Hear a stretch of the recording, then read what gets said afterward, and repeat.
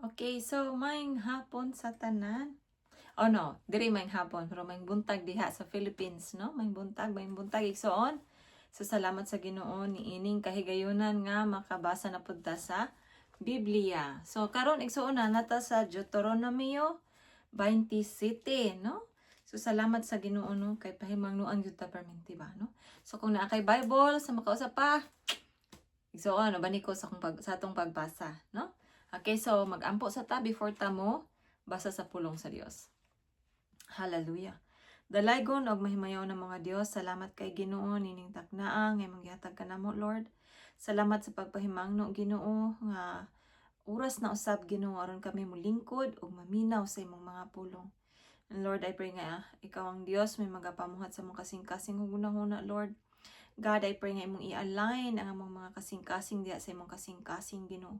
Ug among hunahuna diha sa imong hunahuna o God. And Lord, I pray nga ang imong kabubuton may matuman sa among kinabuhi. Ang imong plano, Lord, may matuman sa among kinabuhi, O God.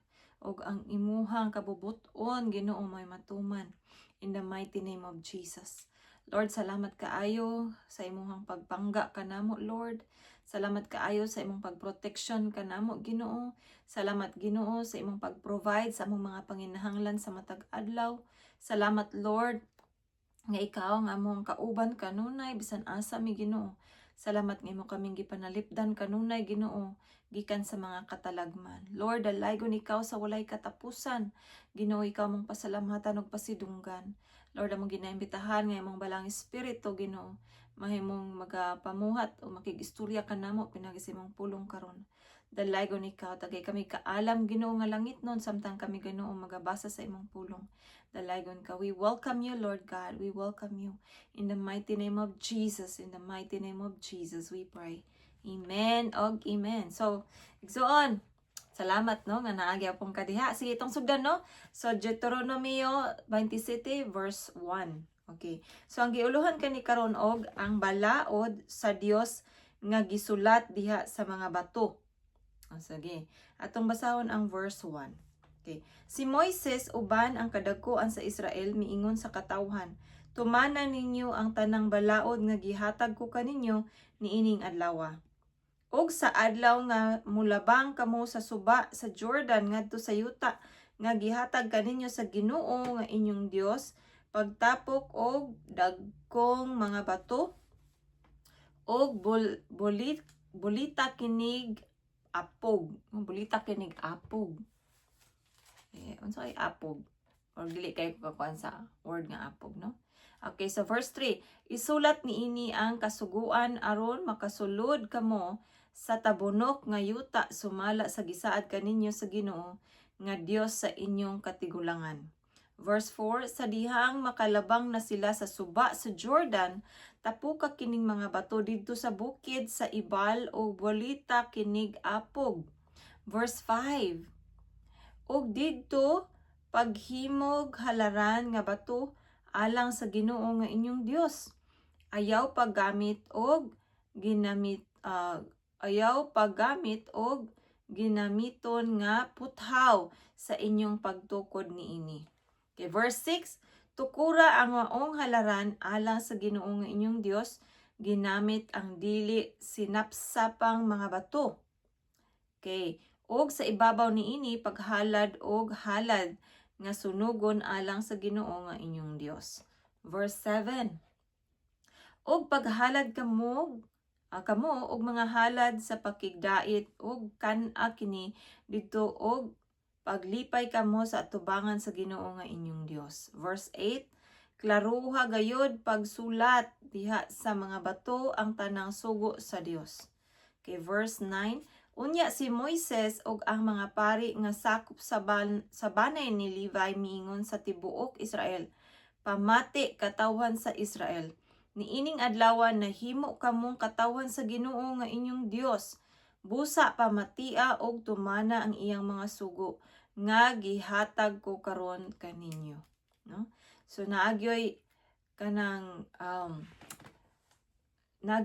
sugo nga gipahamtang, no, para sundon sa mga katawhan sa Ginoo.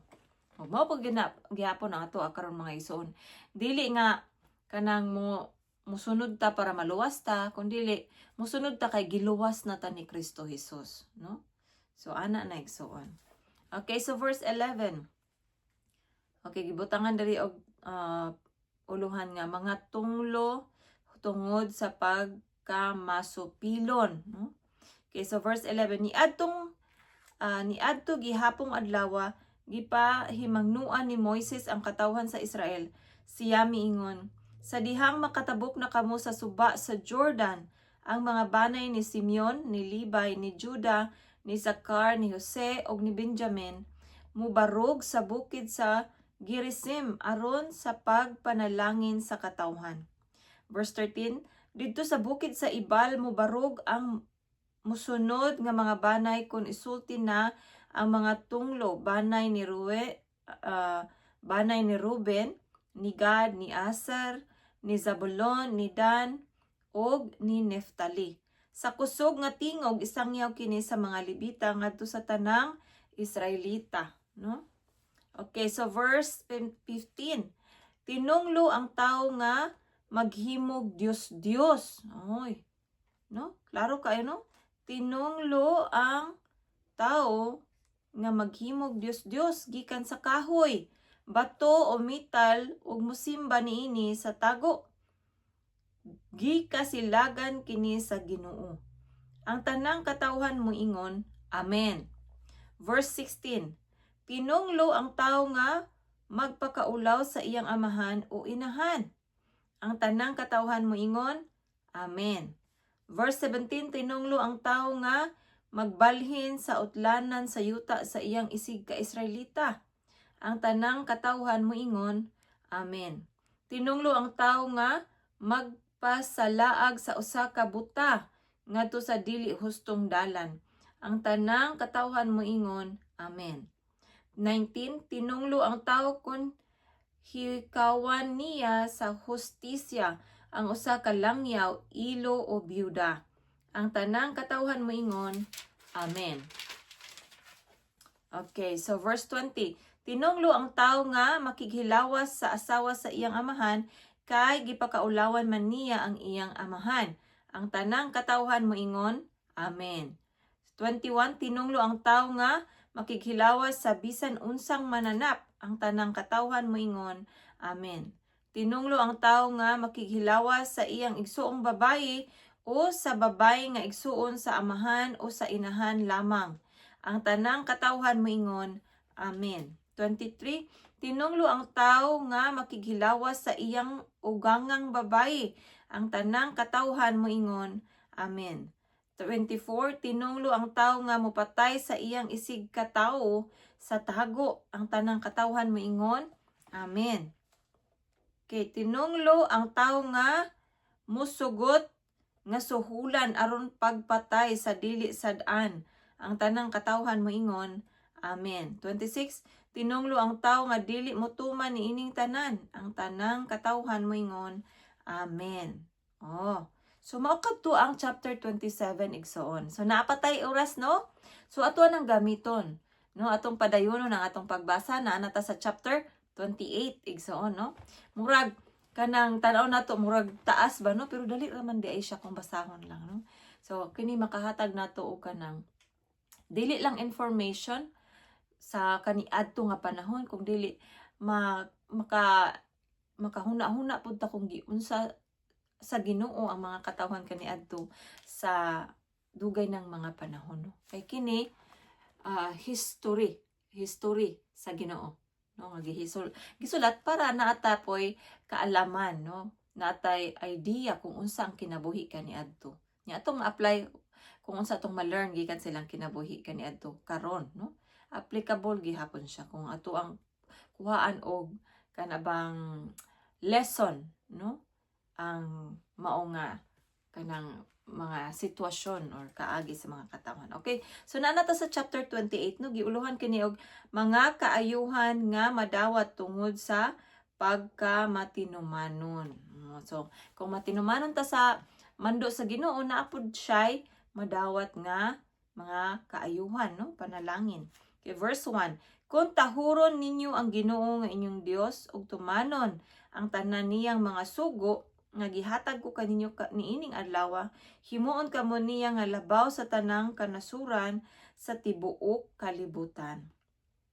Kung tahuron ninyo siya, maangkon ninyo ang tanang panalangin. Hallelujah, kalami ana no. Okay, verse 3. Panalanginan niya ang inyong kalungsuran ug kaumahan. Panalanginan kamo sa Ginoo og daghang mga anak, daghang kahayupan ug daghang abot sa yuta. Amen, no? Verse 5, panalanginan niya ang inyong mga abot ug mga pagkaon. Panalanginan kamo niya sa tanan ninyong buhaton. 7, itugyan sa Ginoo kaninyo ang inyong mga kaaway. Mahiusa sila pagsulong kaninyo apan managan sila nga magkatibulaag. Hallelujah. 8. Punon sa Ginoo nga inyong Dios ang inyong mga kamalig ug panalanginan niya ang tanan ninyong buhaton. Panalanginan kamo niya didto sa yuta nga gihatag niya kaninyo. Verse 9, sumala sa gisaad sa Ginoo, himuon kamo niya nga iyang bala ang katawhan, kung tumanon ninyo ang iyang mga sugo. Verse 10, ang tanang katawhan sa kalibutan makakita nga iya kamo sa Ginoo ug mahadlok sila kaninyo. Verse 11, og maghingapin ang mga kaayuhan nga ihatag niya kaninyo. Makabaton kamog daghang mga anak, musanay ang inyong kahayupan, ug mudaghan ang abot sa yuta nga gisaad niya sa inyong katigulangan nga ihatag niya kaninyo. Gikan sa iyang tigumanag bahandi nga mao ang langit, paulanan sa Ginoo ang inyong yuta sa panahon sa ting-ulan, no? Paulanan sa Ginoo ang inyong yuta sa panahon sa ting-ulan ug panalanginan niya ang tanan ninyong buhaton. Magpahulam kamo sa kanasuran apan kamo dili manghulam kanila, no? So tigpahuram ra ka, so meaning daghan jud kag panalangin ana, no? Abundant siya ka kay ikaw ra may sigig pahuram, di man ka manghiram, no? Okay, so 13, himuon sa Ginoo nga kamo mag-una ug dili maulahi. Amen, no? So himuon sa Ginoo nga kamo mag-una or kita mag-una ug dili maulahi. Muusbaw ug dili mo kunhod kung tumanon ninyo ang iyang mga sugo nga gihatag ko kaninyo niining adlaw. Ayaw kamo pagsupil kaniya o pagsimba sa mga Dios. Mao gyud na, no? Nga mutuman kita sa pulong sa Ginoo nya dili gyud ta mosupil, no? Di ta mosimba og laing mga Dios kay kana gikasilagan gyud sa Ginoo. Okay, so verse 15. Gitagaan ni og uluhan nga ang mga samputanan sa pagkamasupilon. Verse 15, apan kung dili ninyo tahuron ang Ginoo nga inyong Dios og dili tumanon ang iyang mga sugo nga gihatag ko karon kaninyo, mahiagom kamo niining tanang tunglo. So naay tunglo, no? Okay, 16, tunglohon ang inyong kalungsuran og kaumahan. So nagyud tay choice, no? Nga gihatag na choices ang Ginoo nga gihatag sa tuan. So nara na sa tuwa kung sa tong buhaton mutuman ba ta or dili. Kay kung mutuman na ay panalangin, na ay maayuhon, apan kung dili ta mutuman na ay tunglo nga nagpaabot, no? Kay 17, tunglohon ang inyong mga abot ug mga pagkaon. 18, tunglohon ang inyong mga anak, ang abot sa yuta ug ang inyong kahayupan. 19, tunglohon kamo sa tanan ninyong buhaton.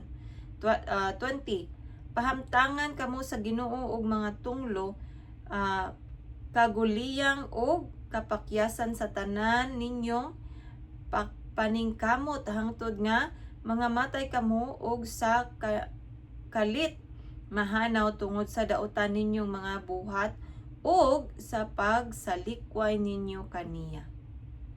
Verse 21, ang Ginoo magpadala kaninyo kamatay hangtod nga mapuno kamo didto sa yuta nga inyo karong adtuan. Mapuo kamo didto sa yuta nga inyo karong adtuan og panag-iyahon. 22, kastiguhon kamo sa Ginoo pinaagi sa grabing sakit. hilanat, hubag-hubag, ug sa grabing kainit ug hulaw ug sakit sa mga tanom. Mutakboy kini kaninyo hangtod nga mapuo kamo. Dili na muhatag kaninyo ulan ang langit ug ang yuta, mugahi sama sa puthaw. Cave 24, imbis tubig ang ihatag sa Ginoo kaninyo, ingon nga ulan, abog hinuon. Mahulog kini kaninyo gikan sa langit hangtod mga matay kamo. Hallelujah, no? So, grabe ang ato ang grabe ang maangkon kung dili ta motuman sa Ginoo. Kaalautan, no? So dapat mo obey gyud ta sa Ginoo, no? Motuman gyud ta sa Ginoo kung sa iyang giingon sa tua nga mando, no? Nga kanang lipayon ba nato ang Ginoo, no? Higugmaon nato siya sa tibok natong kasing-kasing, kalag, huna-huna og kusog, no? Okay, so 25. Itugyan kamo sa Ginoo ngadto sa inyong mga kaaway. Maghiusa kamo pagsulong kanila apan managan kamo nga magkatibulaag. Ang tanang gingharian sa kalibutan malisang sa inyong dangatan. 26. Ang inyong patayng lawas kanon sa mga langgam ug sa mga mananap ug wala nay muabog. Okay. Wala nay muabog. Kanila ipahamtang sa Ginoo kaninyo ang hubag nga nahiaguman sa mga Ehiptohanon ingon man sa kabahong. Mga nuka-nuka ug kaskaro nga dili gayud maayo. Buangon, butaan ug libugon kamo sa Ginoo. Magsukarap kamo sa udtong tutok sama sa buta ug dili kamo mulampos bisan unsay inyong buhaton. Daog-daogon kamo ug lutuson kanunay ug walay mutabang kaninyo. So, igsoon, dapat jud maminaw tas Ginoo ani kay dili basta-basta, no? Ang atong hiaguman kung kita mosupil kaniya. 30. Mga sawa kamo apan lain ang magpahimulos kaniya. Magtukod kamog balay apan dili kamo makapuyo niini. Magtanom kamog mga paras apan dili kamo makapahimulos sa bunga niini. Ihawon ang inyong baka diha sa inyong atubangan apan dili kamo makakaon niini. Kuhaon ang inyong mga asno ug dili na kini iuli. Itugyan ngadto sa inyong mga kaaway ang inyong karniro ug walay mutabang kaninyo. Bihagon ang inyong mga anak ug ibaligya ngadto sa mga langyaw samtang magtan-aw kamo mawili kamo pagpuyo pag-ayo kanila apan wala kamoy mahimo. 33. Usa ka nasod nga wala ninyo hiilhi maoy mukaon sa abot sa yuta nga inyong giuma. Daog-daogon kamo og paantuson sa tibuok ninyong kinabuhi. Og inigkakita ninyo niining tanan, mabuang kamo.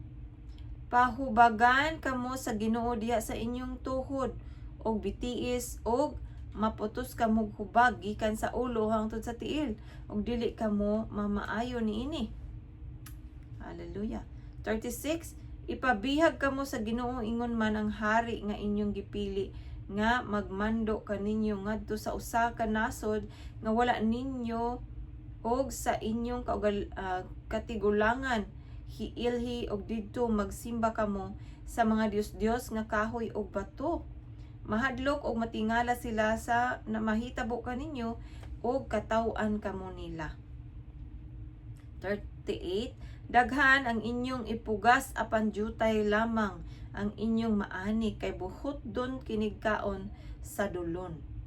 Mananom kamog mga paras, alimahan ninyo kini apan wala kamoy mapupo nga ubas o mainom nga bino kay kanon man kini sa mga ulod. 40. Magtanom kamog daghang olibo apan wala kamoy lana nga makuha kay mga tagak man ang mga bungan ini.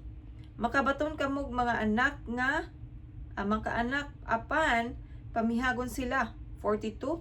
Ang mga dulon maoy magpahimulo sa inyong kakahuyan ug sa mga abot sa inyong uma. 43. Ang mga langyaw nga nagpuyo uban kaninyo mag-anam og uswag samtang kamo mag-anam og us-os.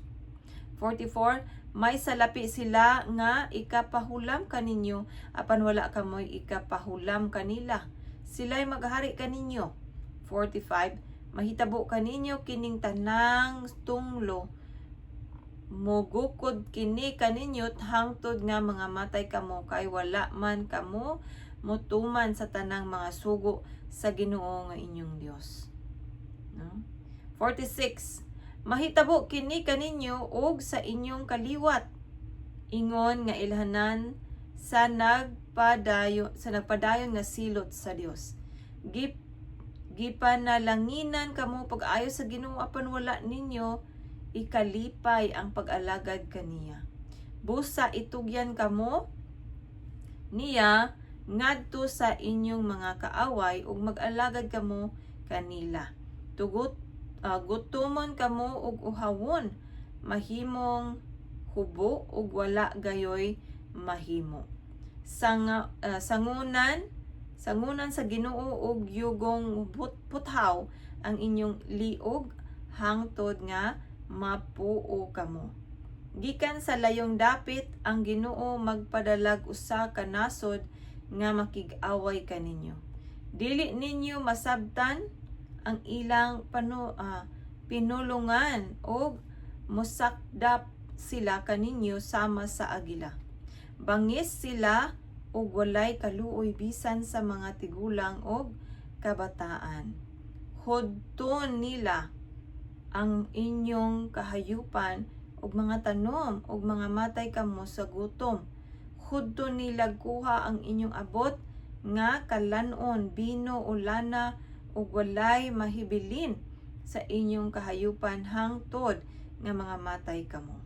Palibutan nila ang tanan ninyong kalungsuran sa tibuok nasod nga gihatag kaninyo sa Ginoo nga inyong Dios hangtod nga malumpag ang habog nga mga yuta, ang mga kuta nga inyong gisaligan. Kay 53, kun palibutan na kamo sa inyong mga kaaway, kanon ninyo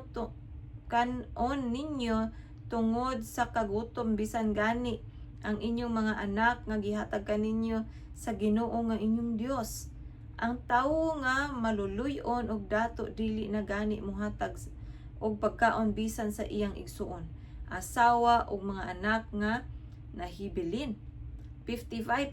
Dili siya makigbahin kang bisan kinsa kanila sa unod sa iyang mga anak nga iyang kanon kay mahadlok siya nga wala unyay masalin kaniya samtang nagpadayon paglibot sa inyong kalungsuran ang inyong mga kaaway. 56. Ang babae nga maluluyon og dato nga dili gani mo lakaw nga magtiniil. Muhikaw sa minahal niyang bana ingon man sa iyang mga anak sa inunlan nga igula kaniya.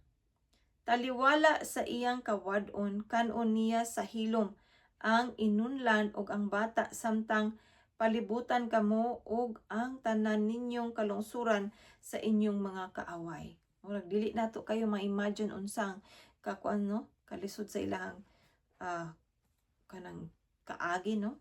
Kay 56, kung dili ninyo tumanon ang tanang balaod nga nahisulat niining basahuna ug dili ninyo tahuron ang halangdon og gikahadlukan nga ngalan ni Yahweh nga inyong Dios, pahamtangan kamo niya ingon man ang inyong mga kaliwat sa grabe og talagsaong mga alantuson, inubanan sa grabing sakit nga mulungtad og dugay.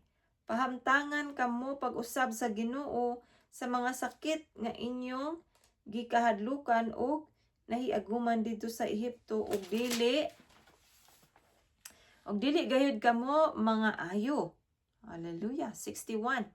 Pahamtangan pagayud kamo sa Ginoo sa tanang matang sa sakit nga wala hisguti sa basahon sa balaod hangtod nga mapuo kamo.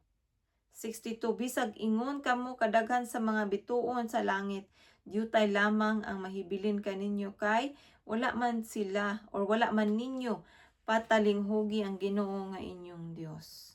No? So dapat ato jung patalinghugan ang Ginoo kanunay igsuon, no? Para dili ta maalaot.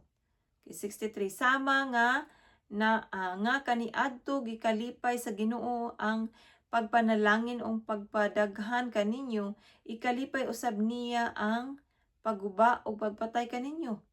Bihagon kamo gikan sa nasod nga inyo karong adtuan og panag-iyahon.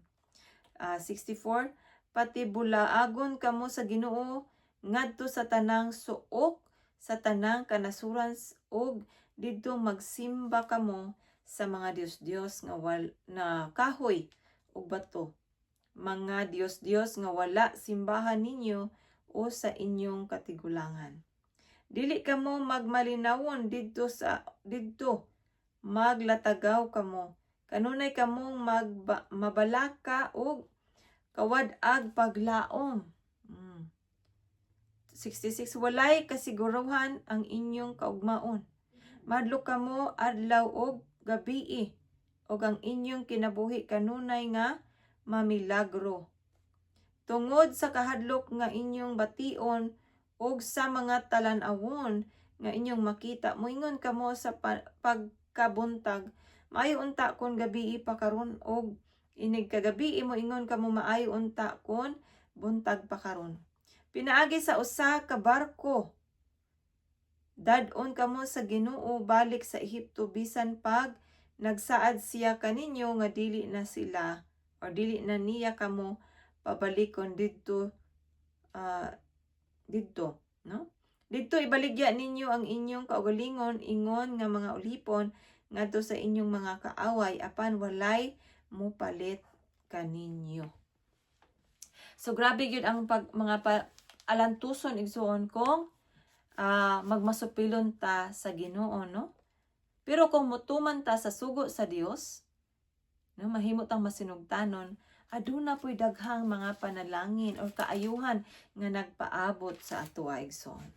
So maukad to ang atoa karong nabasa, no, Deuteronomy 27 and 28. So duha ka chapter, ug ang 28 medyo taas-taas siya igsuon kay naa siya 68 ka mga verses, no? 68 ka mga bersikulo sa isa lang ka chapter. So murag mo ang nadugay-dugayan ta. Pero ang ako ang na-highlight dito igsuon nga gusto sa Dios nga magmasinugtanon kita kaniya aron nga siya, no, magabubo siyang panalangin nganhi kanato. So igsuon gipahimangnuan nata sa Ginoo, no, and it's our choice kung asa tong pilion. Kung maghimo tang masinugtanon siyang pulong, aduna siya maayuhon nga giandam para kanato. Apan kung kita magmasupilon, daghan pong tunglo o kadautan ang mahitabo sa tong kinabuhi. Kana iya nang giingong daan, no? Para makatimbang-timbang gyud ta kung unsang angay na tong buhaton. So, igsuon, I hope nga naatay natun-an karong hapunan, no? And I hope nga mas pilion nato nga magmatinumanon diha sa tong buhi nga Dios. Musunod ta sa iyahang mando ug maningkamot ta nga kanang muduol gyud sa Ginoo permente, no? Dili man ta perpekto kay makasala man gyud ta usahay, basta kung makabalugan ita nga nakasala ta batok sa Ginoo, mangayo gyud dayon ta og pasaylo kang iyang kapasayloan igsuon available permente, no? Maura gyud na, no, ang atong mahimo nga moduol gyud sa Ginoo, mga itagpasaylo sa Ginoo og as much as we can, no, maningkamot gyud ta nga mutuman sa iyang pulong igsoon. So salamat kay sa igsoon nga hangtod karon napakadiha, dalaygon ang Dios sa walay katapusan. Magkita na sab kita sa sunod higayon. Daghang salamat.